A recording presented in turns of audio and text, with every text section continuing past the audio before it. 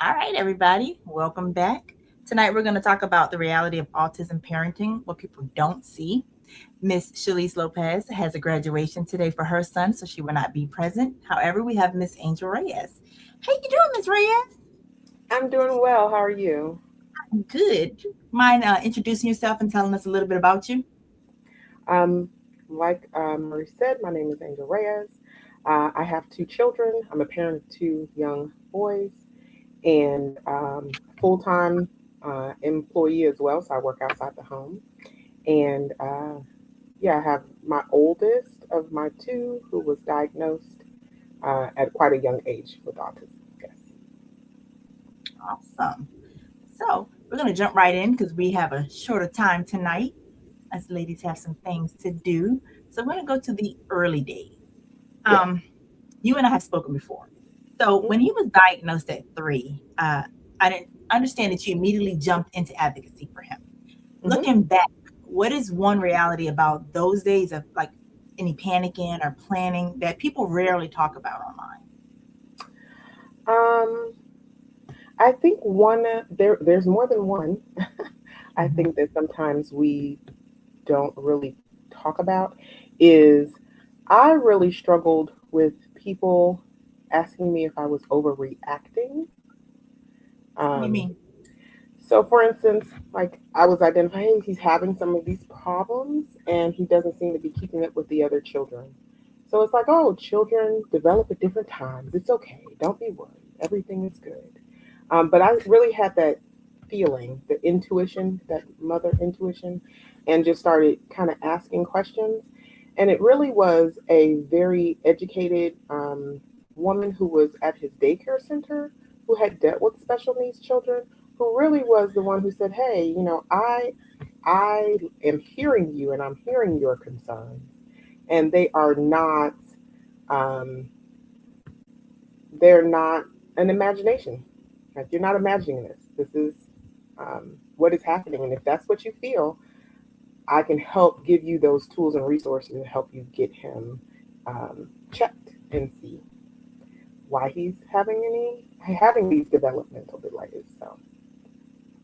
My son who is in early intervention, and they would come to the house for speech, and he was Hmm. doing the W sitting, and so the lady was like, she she was afraid to say it directly, but she kind of like hinted at, "Hey, have you ever had him tested at like developmental peds and all that?"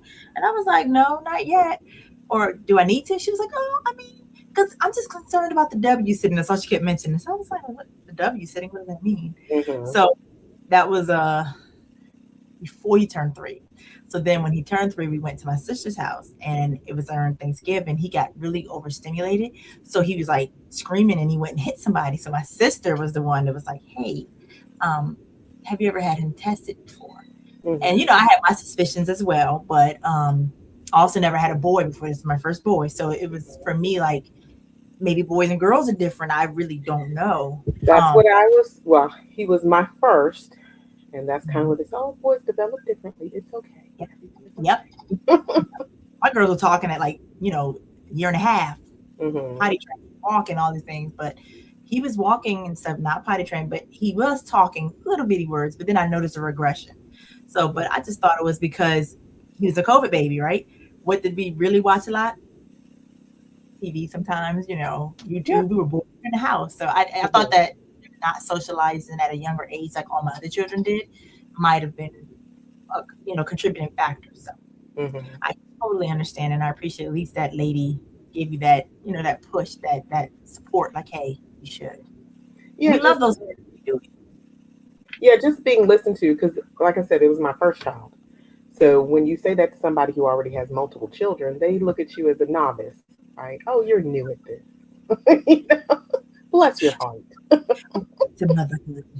Yeah. Absolutely. That was one of them. Yeah. Gotcha. Gotcha. So now I'm gonna go to our next question. Hmm. So during our conversation, you talked about making sure he attended occupational speech therapy and ABA. So on social media, we can see like therapy graduations and milestones. What did the exhausting, like day to day reality of managing that schedule actually look like for you? Um, It was difficult. I do want to caution people, even me who have a special needs child, to talk about because I was successful that it's easy. It is definitely not easy. I happen to just have some particular skills when it comes to time management that really helped me be successful in making sure that the very exhausting schedule was maintained. And that was really helpful for me, but not everybody has that. But even with those skills and those tools that I had, I did not get a lot of sleep during those years.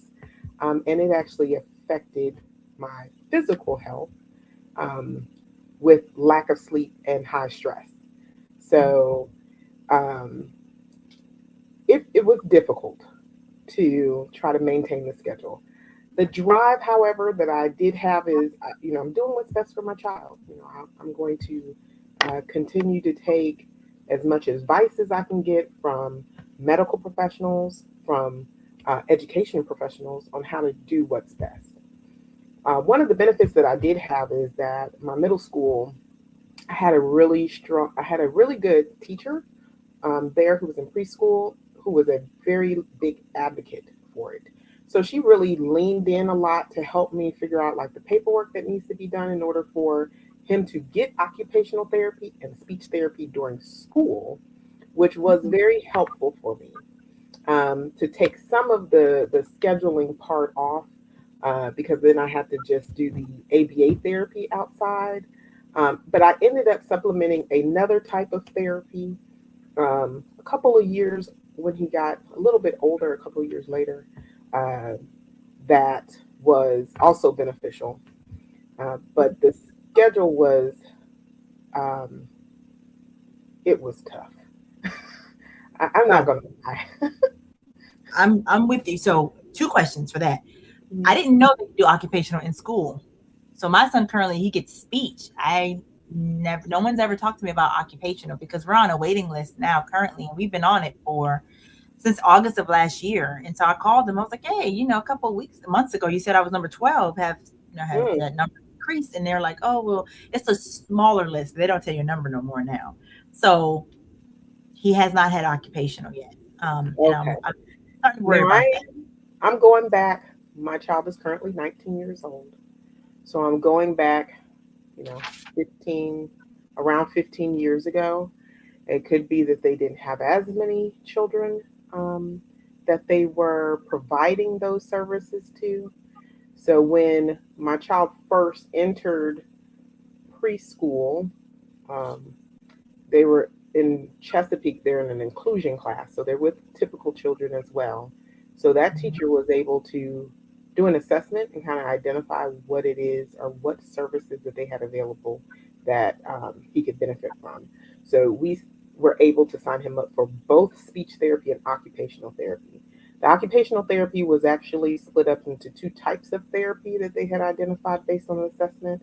So he did fine motor skill therapy and gross motor skill therapy, as he was delayed in both of those. I think Malachi is delayed in the fine motor skill. Hmm. More fine. That's yeah, like small movements, catching balls, Yes, yes, fine. writing, um, scissors. Really Oh, had a really great. difficult time with scissors. Not this one. He can cut anything Hmm. important up for you. Yeah. Oh And yes. really through the fine motor skills, because they had to determine which hand they were actually going to work with him because he was ambidextrous at the Oh, time. interesting. But when they did fine motor skill, they say that they usually want to focus on a certain one or the other, right, and really get it strong. So at that time, they basically said that they were going to go with his stronger hand, the hand that was physically stronger, because that helps with fine motor skills. So they actually helped him become a lefty. Ooh, my mommy's a lefty. Ooh, I'm the only right-handed person in my house. So oh, okay. mhm. Just like that Android. I love my Android. Multi. We'll fight about Androids in another one. We But my sure second will.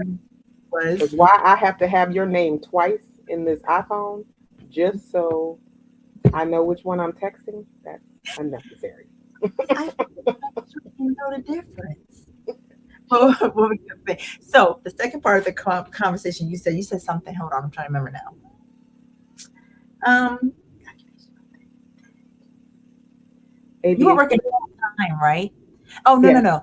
You had a second or a third or fourth type of therapy. What was that? You said occupational speech and ABA, and what was the other one? So we did a outside therapy, which is like a social skills therapy. They had, and I believe it's probably still, um, the organization probably still exists, but it's a social skills organization. Now, we'll tell you, it was pricey. Pricey. Pricey. So there was other resources that I used, like the Little Gym, that was very helpful. That helped things like learning how to stand in line, learning how when you're sitting next to each other, don't sit on top of someone. Yes. And it also helped with spatial awareness and um, personal space. So he went from the little gym to Taekwondo. That, once he got a little bit older, went to Taekwondo. That also um, reinforced those types of skills that he was also being taught in ABA. But ABA, with the assessment, they focused on certain things, on certain times. So So that was very helpful for him, and it it also was pricey, but not nearly as pricey as the social skills therapy because that was not covered by any insurance. Um, at least with the little gym, there was like discounts, and you can pick like a package that works for you. And Taekwondo discounts also can kind of pick kind of what you want to do, which could work with different financial situations. So it seemed to be a little bit more flexible yeah, in doing that. gotcha. I'm taking notes over here. When you see me looking down, that's what Mm-hmm. Not you see me. So, do you even use social media a lot or no? no, No. Okay, so I'm not going to ask you a question about that then. I So let's do talk not. about. I'm so, It's okay. It's okay. I'm just starting to get there, so don't worry. What's the other one? So, besides you being with him every step of the way, that means you were both mom and case manager, right? How did you handle the burnout that comes with like the constant fighting for his needs, like when no one was watching? does crying count? Um, Yes, yes, you're releasing emotions. It sure does. Did you yes, feel better? I did. Um, I had there was additional struggles. So at the time that my oldest was diagnosed, I did not have my second child yet, but I was also the primary caregiver of my mother who had Alzheimer's, and she lived in the home with me. So my exhaustion was difficult. I did start kind of asking people, hey, other parents that I would see at ABA therapy, how do you deal with this? It's a lot. I actually started working out. Just Hey, something simple, 30 minutes a day, if it was a walk or it was, during my lunchtime, running to the gym that we happen to have one not too far away from where I work, and just get on a elliptical for a little bit. And I actually did that for a year, and surprisingly, it worked a little bit better than crying. Um, so I did enjoy that. Another thing was I had people to talk to. that's So good. I had my best friend who I could communicate my struggles with. I had my aunts that I could communicate my struggles with. And sometimes just getting it out, like discussing the things that are hard without anyone trying to provide a solution Yes, or to tell you, maybe that you're doing it wrong. I think that that was also really helpful. It good. was really helpful. Um, but it is a toll. I will tell you, 15 years later, it was worth every tear. Um, It really was worth it, but it's a toll for me. Somebody told me who works out a lot. I mean, he's like he runs marathons and everything, and he says when he decided to kind of just commit to that type of exercise regime, he just told himself he had to kind of embrace the suck. Like it's gonna suck. It just is what it is. And when I realized, hey, there are going to be times that I will not have the energy for myself, that I will be putting it towards researching to better understand what tools or what services that are out there after a long day's work, after making dinner, after help straightening the house, um, or after just doing your regular everyday stuff. When I said, hey, it's going to be difficult, I'm okay with this. I'm going to have to be okay with the difficulty. And also, when could I rest? What help could I get where I could just go take a nap or just sit in the room and look at the wall or put on a little movie or something like that? And I learned to not feel bad if somebody Yes. else came and helped me. Yeah. Yeah.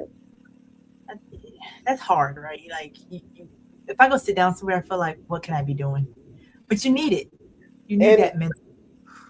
yes, and I already have that personality, which is not good. It's like I had somebody tell me, like, you need to learn to do less. And I said, do less of what? What am I doing less of? How am I supposed to do less? And then when you're sitting there not doing anything, I sometimes feel guilty.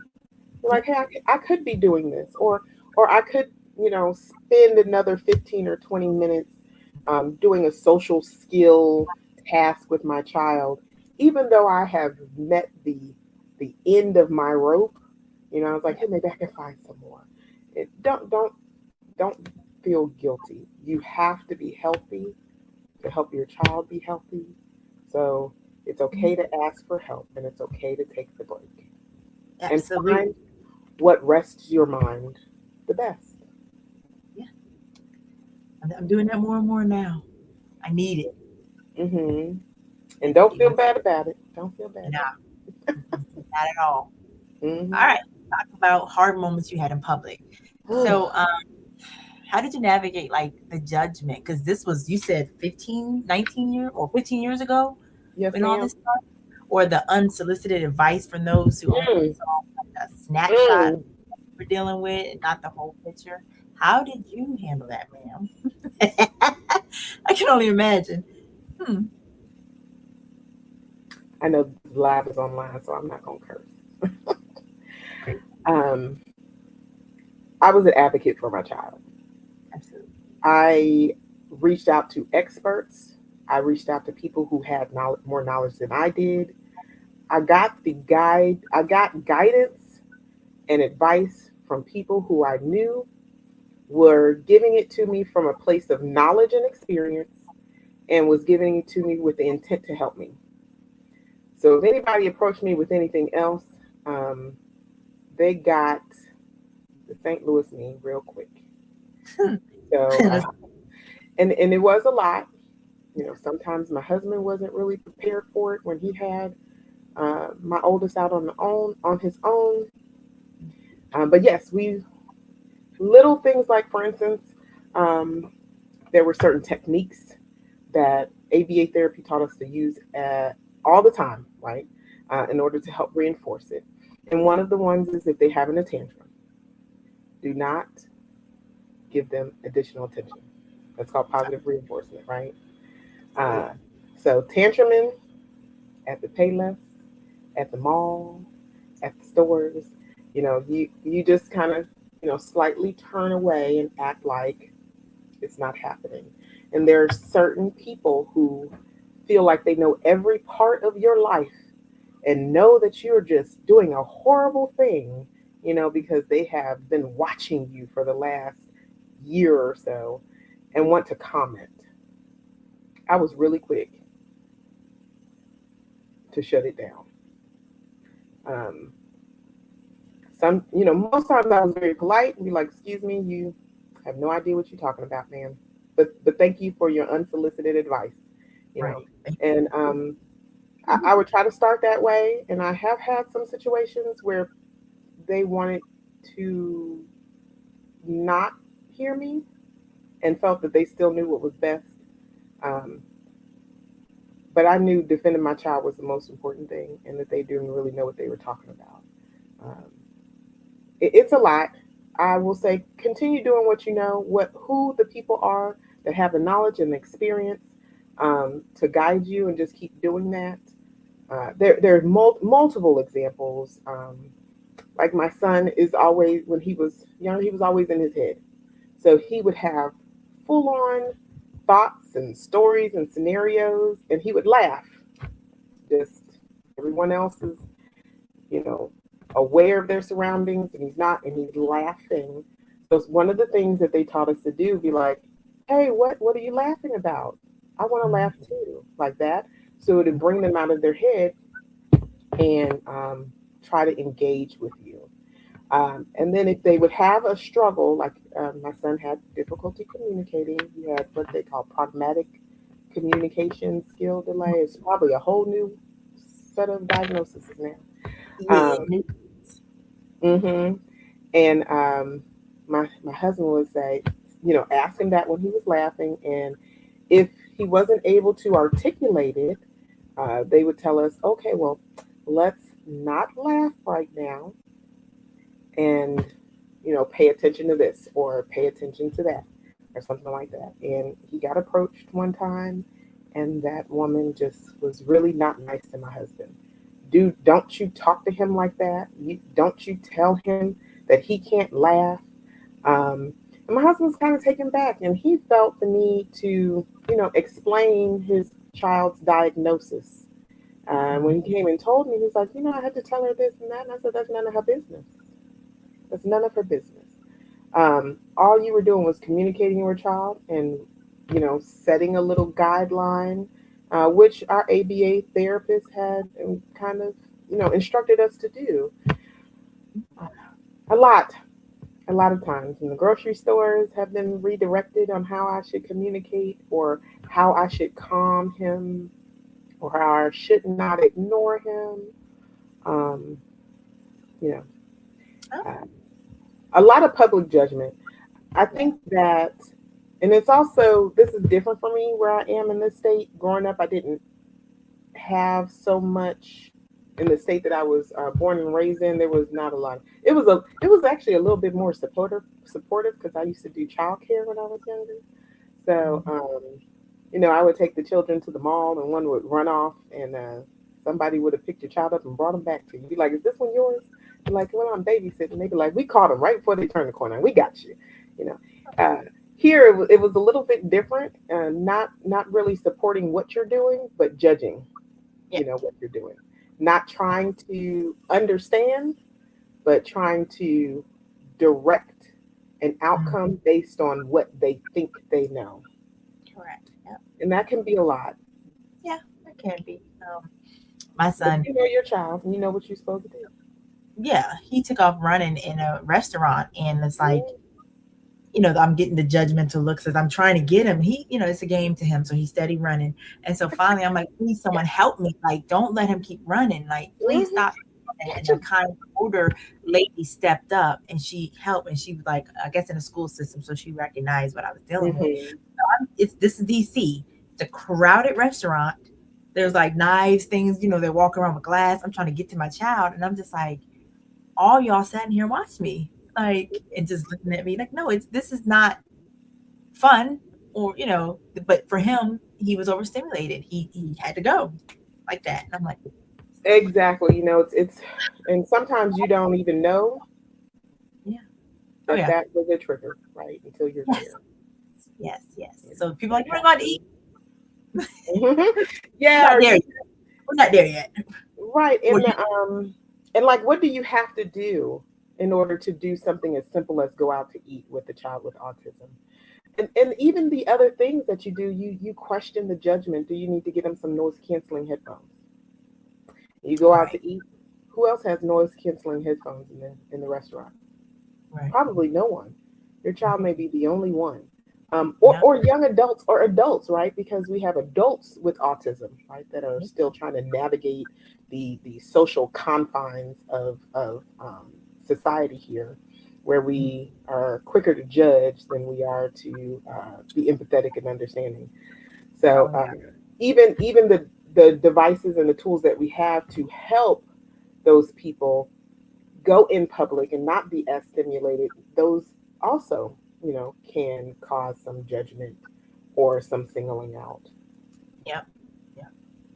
I Um, went to but a yeah, restaurant one and I felt like I'm like, oh, I should bring Malachi one. Like for us it's normal, but yeah, I didn't witness the stares of that family, but they didn't care. And I thought that was just so amazing. and I think that's important. You don't care, right? Thick skin. Gotta have a thick skin. It's not Mhm. easy. Trust me, it's not. But yeah, you do, especially when it Yeah, comes to that. yeah. Um, well, we fly a lot, and I took him to the airport the first time. Well, so my oldest was used to the airport because I have another child Okay. who's on typical, used to the airport, but um, took him one time. He was relatively young. I think he was like 8, and we missed the flight. It was the first time that we had actually experienced that Hmm. um, full on meltdown, girl. And right there, right there. Oh Now, my god. what's funny is, you had grown folks getting mad because the flight was canceled. So you had Yeah. grown folks getting mad. And then you have this child that is having like a mental breakdown. Um, so that was new. That was new. And there's no place to go in that instance. I was in a connecting flight. So it's not like, oh, like a restaurant, let me leave and go home. Right. Like restaurants don't work. I was just like, oh my Lord, Mhm. what am I going to do? And I have a smaller child who was about 3, Oh, yeah. and it was just me at the time at the airport trying to fly home. Uh, and yes, you're talking about a lot of stairs just, off the cuff. But Oh yeah. We flew last year, and so what I find myself doing is finding the flights that are the shortest, right? Because I don't want to do a connecting. And my husband's like, well, but why? He should be okay. And I'm like, ooh, my anxiety. So we went flew out of Norfolk, and you got to wait in line till they call in like the people with children and whatnot. So I go inside of a store with him so that he's not in a big crowded area, and I wait for them in there. So we're in there playing little games and stuff like that, and then I go get in the line. And so he gets on the plane and he's okay. He was okay on this run. But this was this last year? I think it was last year. So he was about 4. Okay. We mm, flew the year before, he was 3. Me and my sister flew. We put him in his own chair. He was happy. No problem. The year before, it was a lap baby then, right? He's mm-hmm. kicking, and I'm like sweating because I'm trying to like hold Oh him and yeah, prevent when they're like right there. the neighbor. And I'm like, I'm so sorry. And the lady looks at me, she, baby, I have kids. It's fine. But in my head, I'm like, you didn't pay to get beat on the entire flight. Like, You know and what? she was, You will find those people who are very empathetic. We appreciate them. Right? yes, We wish that their empathy and their understanding and their caring and compassion and all of that spread to more people, because there are more and more children who are having struggles, not just autism, right? right, There are other things that, as children learn, they may struggle with. And it's okay because that is what children are supposed to do, right? They're supposed to learn to navigate, and they're gonna have struggles. They're gonna have things that make it a little bit harder for them um, to do those navigations. And I think that we just need to be a little bit more compassionate and caring when we see those things. yep. That's all I asked for. Like, please Hmm. don't stare too hard. I'm joking because I don't mind. You can stay all you want. I'll give you a show. That's what I said. I don't mind. I'll Oh, give you a show. oh, someone said hello to us. I'm sorry. It's Mads Boring. Hello. In the middle of this. Yes. All right. So I have another question for you. So, Yeah. turning point. Where's there a specific moment where, like, the reality of your hard work clicked and you started to clearly see the independent young man that he was capable of becoming?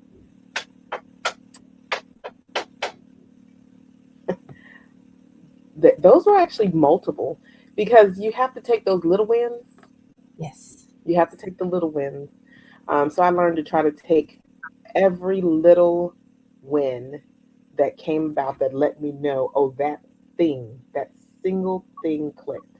Because my son is 19 and he still has a couple of things that he may be having to, navigate or condition himself to be able to do, Mhm. that it doesn't come naturally. Right. So the things I do, um, it doesn't heal.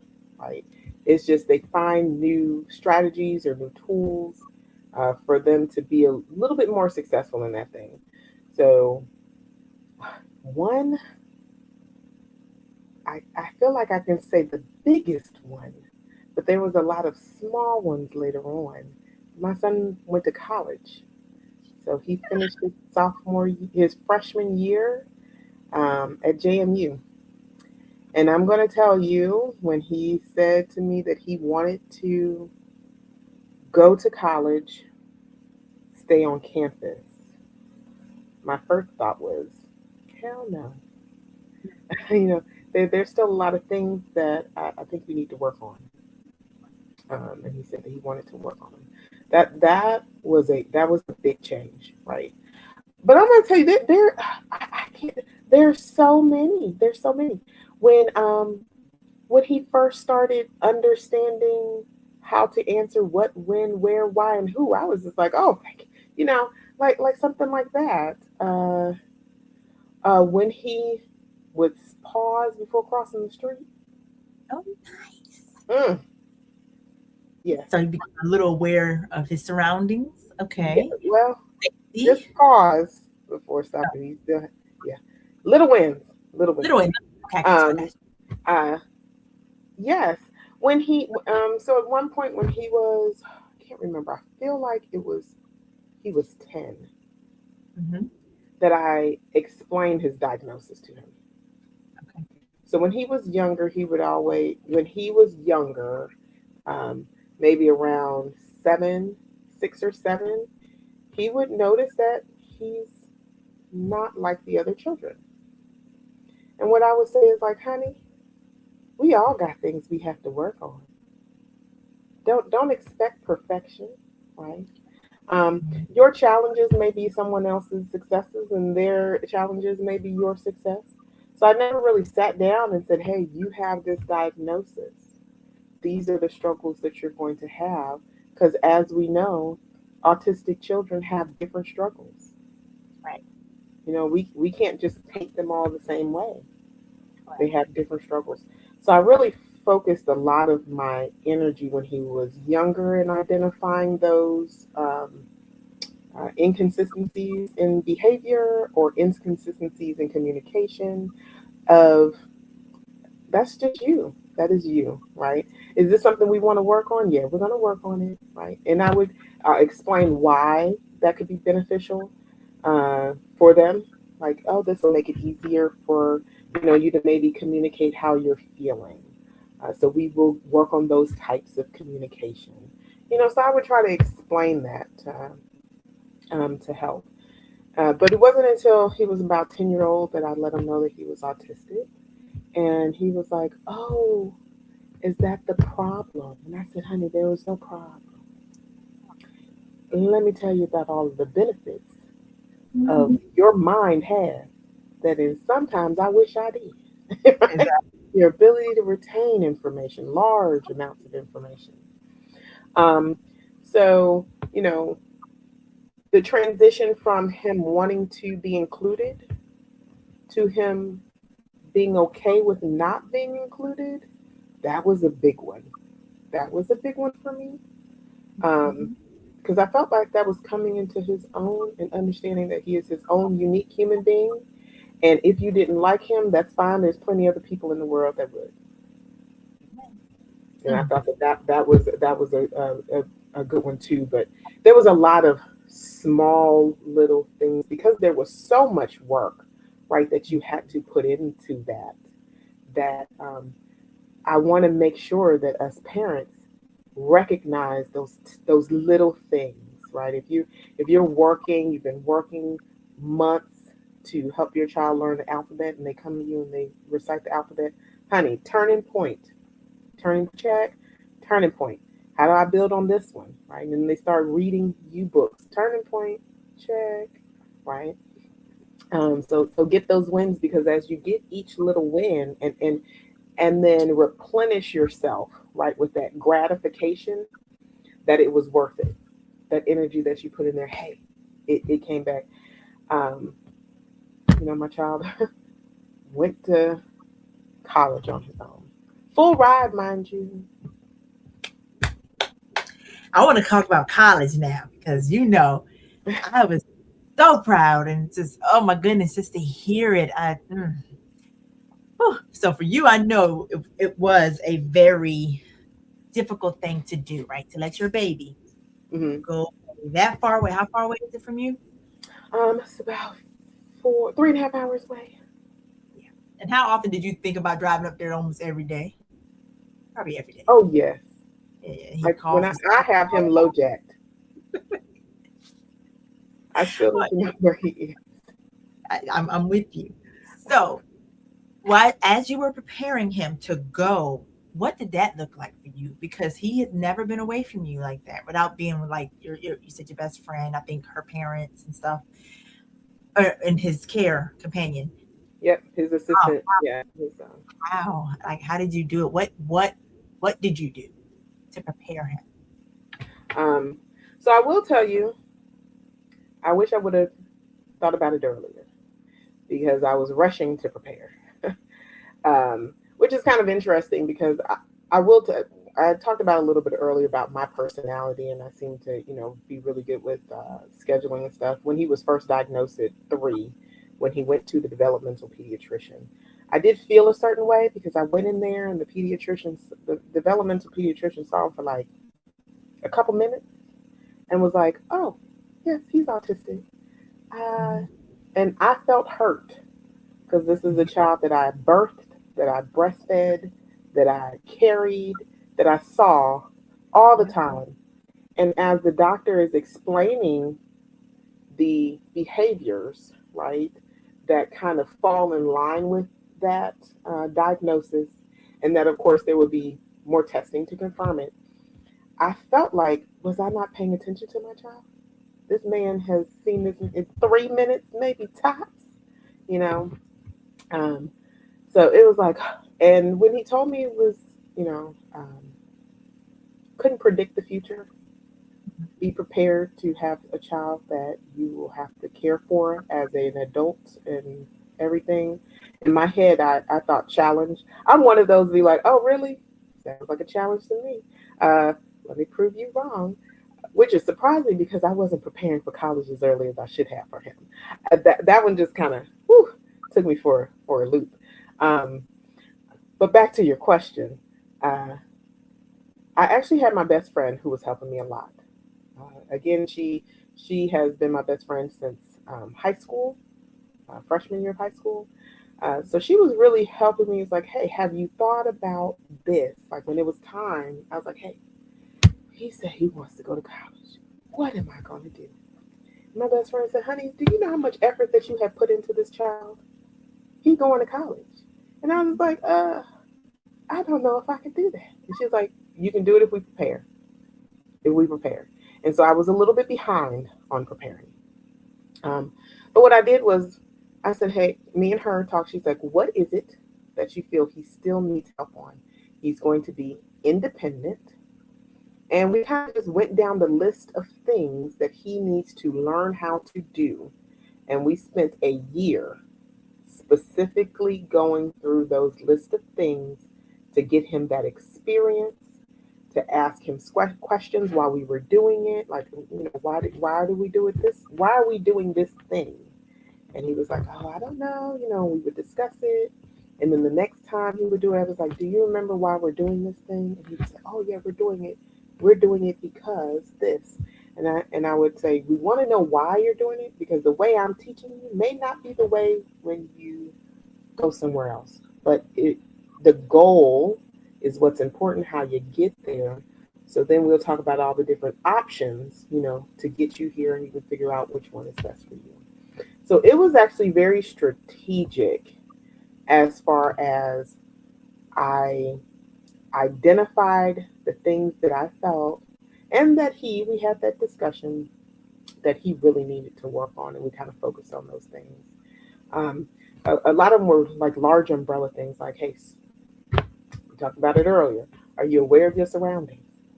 Mind Right. you, we still working on that. But there were some key things within that I would do, and I would actually do like little tests. It's like, okay, we're going to take the trash out today because he's older. He knows how to go take the trash out. And he comes back in the house because I stand at the front door like a stalker. You Yep. know, watch him take the trash out, take it to the end of the driveway, and he come back in, close the door, and I say, hey, did you notice the color of the car across the street? He was like, no, was I supposed to look at the car? I said, no, nobody told you to look at the car. I just didn't know if you were observing around Mhm. me. Because um, very focused, right? Very, very task focused. So it was like little things like that. Combing your hair. Do you know how to comb your hair? Do you know how to care for your hair? Do you know how to tell a beautician how to care for your hair? Um, uh, Going to a restaurant, how to order food, how to look at the waitress or waiter and order food. It was a lot of things that I really kind of fed, fell behind on because I was focused on particular things throughout his development that did have to do with, um, important successful being successful, right? That were important in that communication, like basic communication skills, understanding how to string and complete your entire sentence without having to keep going back, stuff like that. Where I kind of just lost track of those basic things that you have to do if there's no one else with you. Um, so we worked on that, like little things like do you know how to get money out of the ATM? Mhm. Um, we Was worked he? on driving. Oh, I was going to ask you about that. Does he have his license? He does not, but he did pass his written exam. Yay! Now he's just going to do behind the wheel. We're working on that. That is one of those struggles. His concern. I do like to ask him a lot about how he feels about certain tasks or how he feels about certain things and what his concerns are with those things. And he has some concerns with driving, but he says he's willing to move forward and keep practicing and learning it. We don't think he would have his license as early as some people. But then again, I don't know. New Yorkers, they probably better get their license. If we only had public transportation here, like they did Oh, there, that's awesome. yeah. So yeah, but that's kind of what we did. We prepared on those independent, how to do laundry, What how to about getting to fold, class and stuff? What did y'all work on with that? with what? Getting to class, like, because they give you a schedule and then Hmm. different buildings and different. I don't know. I've never been to JMU, so I don't Yeah. know how. But I heard it's a huge type campus. Oh my God. Why did So, my child pick this huge school to go to? When we toured it, I said it's beautiful. It's a beautiful campus. But I was like, this thing is massive. Are you sure you don't want to go to William and Mary right over here? Um, so one thing about one of his strengths, because I always try to make sure I understand like his strengths and how to use those strengths to help him be successful. One of his strengths is very timely, unlike me. Very timely, right? Doesn't want to be late. Um, so in school, uh, elementary school, primary school, hated it, hated it. Uh, so in college, it's like, how do I get this strength right to help you be successful?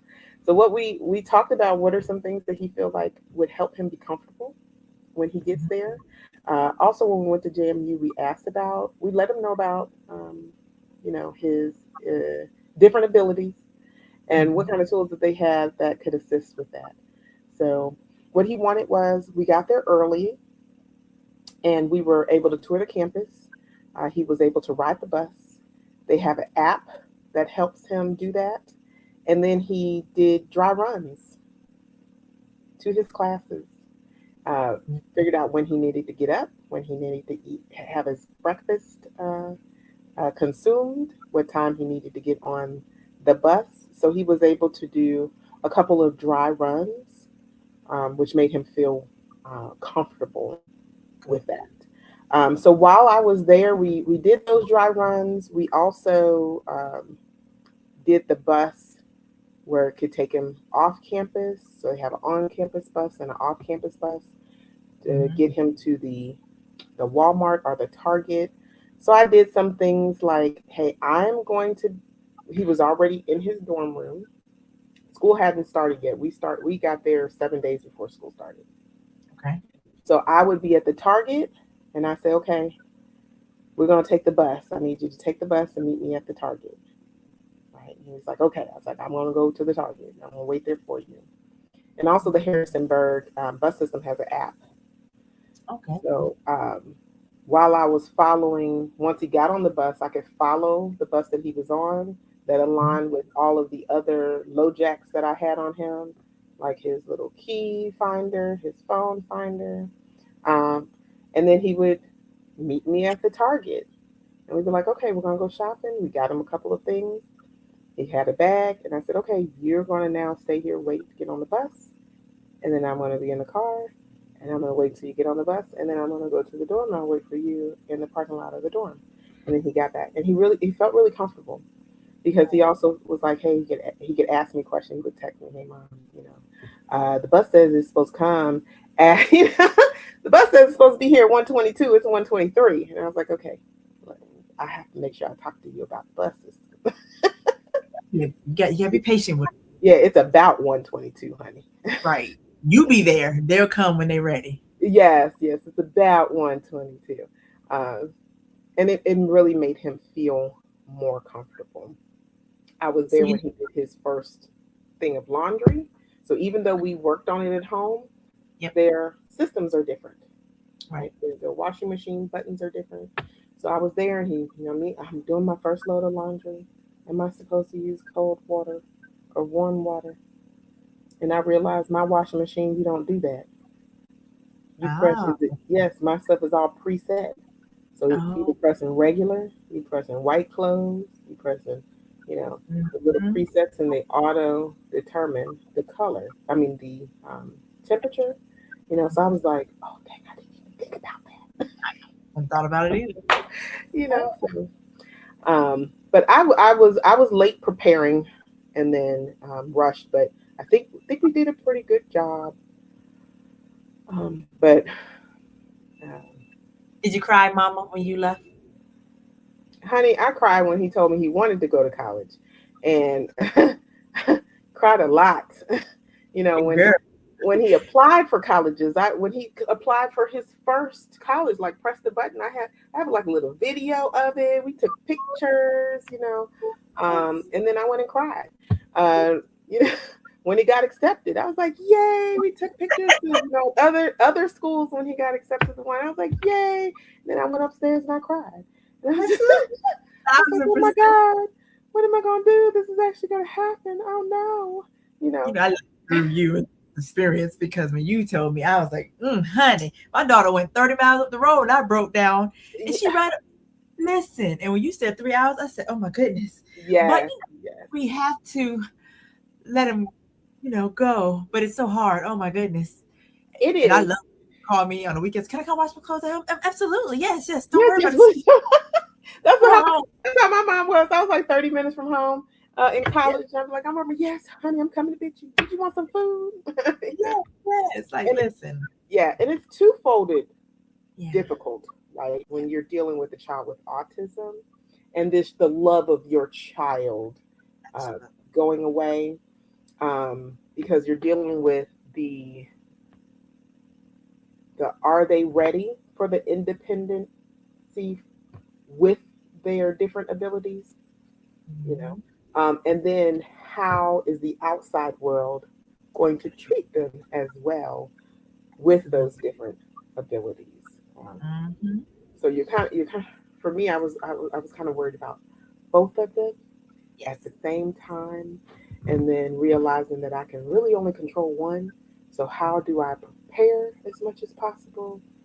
And then as the other things happen, just make sure that you have a lifeline. You can text me. I will reply back, even if I'm busy at work. You know, if you're concerned about something and you need to call me, honey, I told my employers, my child is in college. If you call me, I'm just letting you know I'm gonna have to get up and take this call, right? Um, so I just wanted to make sure he understood that I was always there, you know, and and if something happened, you know, my car does go about 120 miles, so of course it's 3.5 hours at speed limit, but I'm pretty sure I can You get there bring about it down to two and a half if need be, you know.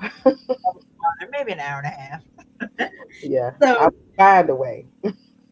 while he was gone, I know you wanted him to be independent. You have all these tracking things on him. How often, Mom, for your mental health, were you checking it? Multiple times a day. Yeah, I do it now, Multiple and times a day. I have neurotypical daughters, but I'm at night like, where's she at 11 o'clock at night? Like, why are you not at home? So I can I only imagine. started I started really bad. Yes. Um, well, I guess I wouldn't say bad, Yeah. just a lot. Yeah. And again, I had a lot of people I could talk to. So I had support throughout Yes. my child's, um, entire life. Both of my kids, and I really had good support. Support where they were listening to me and just listening, and then also support where they would be like, you let's talk about what we doing, and let's discuss if this is really the best thing, right? Right. So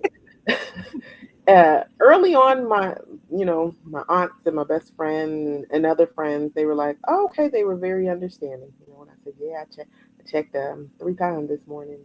You know, it looks like he's eating breakfast across the street. Or oh, he's on the bus now. I can see him moving. Oh, he made it to class. And I would text him um, only twice a day because my best friend told me I could only like you can only text him twice a day. Um, so I text him twice a day, and then I worked on making it just once a day. So I got down to once a day, but it Okay. was in the evening where I asked, "Did you have a good day today?"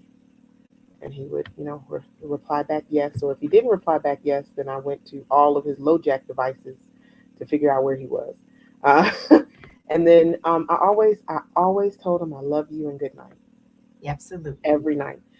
Most because he speaks a lot of Spanish, learning Spanish, minors, Okay. Spanish medicine. Hey. Um, so sometimes I would communicate in Spanish, text in Spanish to him. Te amo mucho. Buenas noches, mi hijo. Stuff like that. Uh, and he would reply back. And so I just got it down to like one little short session. And as he, um, as the days and the weeks and the months went by, and he was doing well, was reaching out less, socializing at school more, having good days every day. Like I had a good day today. Um, I actually started to not LoJack, look at him so much every day. And something interesting happened. He would then just start sharing his day with me or sending a picture of the food. He was like, "Oh, I tried something new today. This was really good." And yeah, Oh, it was see, it you was made a me good cry, thing. girl. Yeah, but first off, I was stalker, Oh, stalker. absolutely. Yeah, absolutely. I was stalker. I Um, stalk my daughters who don't live in my house now. yes, Like, don't let them be in one location past like an hour. I'm like, she good? Or do I need to get in the car and come rescue? yes, yes. My daughter's like, "Oh, I fell asleep in the car." How? Girl, get in your house. Like, what is going on here? Hmm. Uh, Hmm. it never goes away, Mom. Never. Yes. Even Even when your youngest one goes to college, you Hmm. Yeah, mm, I'm prepared. but What's funny is he's prepared because he can see how much I stock the other one. absolutely. I've been Get like, ready. get ready. Don't think it's gonna be any different for you. Yeah, absolutely. I even talk my husband sometimes.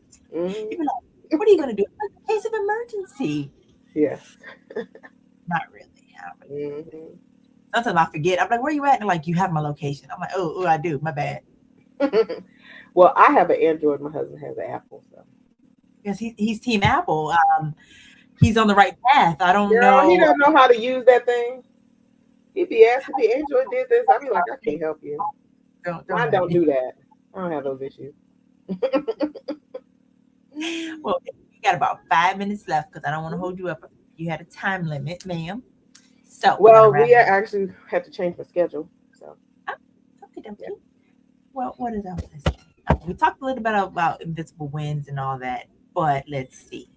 This is the last question. So, if an overwhelmed mom with a newly diagnosed 3-year-old is watching this right now, if she's feeling the pressure to be perfect, what real, unfiltered advice do you have for that individual?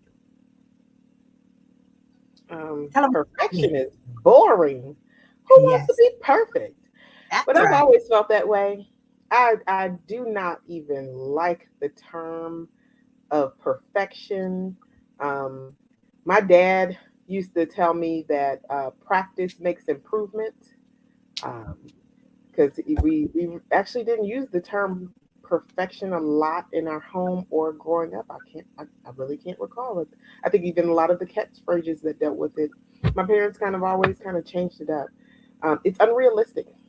Yes, yes, Perfection is also something that's objective, right? I yes. think that lemon is the perfect flavored cake, and you're gonna think otherwise because some people like chocolate and that stuff is nasty. Um, so what does perfection get you? Sometimes I think about that. I think the idea of perfection hinders learning, it hinders growth. It also sets the unrealistic expectation that humans can't get to. So it sets you up for failure and disappointment. It doesn't let you see the wins and the successes. Um, it doesn't even let you see if you take two steps back, that you have made one step forward. So now you're just one step behind. It doesn't let you see that, right? Um, we learn from mistakes. Uh, my motto has always been, um, I'm going to make a lot of mistakes. My goal is just to not to make the same one. That's my goal. My mom used to always say, if you don't learn from your mistake, it was a waste of a mistake. What was the purpose of making it if you couldn't learn from it? That's Um, true. yeah. Uh, so it's okay. It's okay. Uh, whenever if the intent is good, um, you did your best. If the next time that situation came around and you were able to do better, you on a track that some people don't ever get on, and that's a good track, right? It's a good track to see that um, progression and improvement, and really that is the goal. Perfection is never the goal. um, Surround yourself also around people who feel the same way. Of, hey honey, you made that mistake, it's okay. you know um, I had my aunt be like, oh, it's okay, he's still alive. It'll be all right. You get another chance. You get another chance. um, but yeah, uh, it's okay. It's going to be overwhelming, but you're going to deplete yourself having an expectation that the person who even judges you by that will never meet either. So it's not worth it. What is better is to say, hey, what is the goal that you have? what is the goal that you have in the next 2 hours? Is the goal in the next 2 hours to lay that child down and they get a nap? If that's the goal and you were successful, because I know how hard it is, girl, to get these autistic children to go to sleep. They have an energy level. that no one Wish I else in had. school has. Wish I Right. had. Wish I Exactly. had. Don't take naps. Oh, wish I could No. take a nap right now. No. If that is the goal, and then an hour and 59 minutes, the child finally drifts off to sleep. Honey, success, Absolutely. success, success. Go get you um, a scoop of that cheesecake that you had in there that you were saving for somebody else. Nope, that's yours. You got them Absolutely. down in a nap in 1 hour and 59 minutes. Success. Um, Give yourself a pat on the back. If it's one of those crime shows that you can see that you want to see, just make sure the volume is not loud enough to wake them up. Uh, that child asleep, put your feet up, watch that crime show for 30 minutes. Success. That's what I tell you. That is what I tell you. Thank you so much. You heard Aiden? I sure do. Yeah, Aiden is upset with me right now. So Mhm. thank you so much. This has It been is. great. I especially wanted to talk about the college one, and my cousin, she wanted to attend, but her baby's graduating, who's also on a spectrum, and she's looking into this so that she can, make plans and help him do what he wants. He loves to cook, so looking at something maybe like culinary. So, Yeah, and that was a challenge for my child is the cooking piece, like basic cooking. Um, but you can't do everything, so I just got a really good, the package at the campus to make sure that he wouldn't be hungry. Yes, yes. So find ways. I will tell you, universities, uh, educated people understanding the differences in humanity and whether there's a diagnosis or not, the strengths and the challenges that every human has. Um, University seems to be very willing, right, to help you be successful. So use those services. Um, Reach out, find out what the services are. Let's say that your child isn't even diagnosed with autism. Um, there are still services for your children at a lot of these universities. Pick a university who know that would properly support your child that has good services. Um, you know, the options are out there. Don't feel bad when it comes to doing what's best for your child.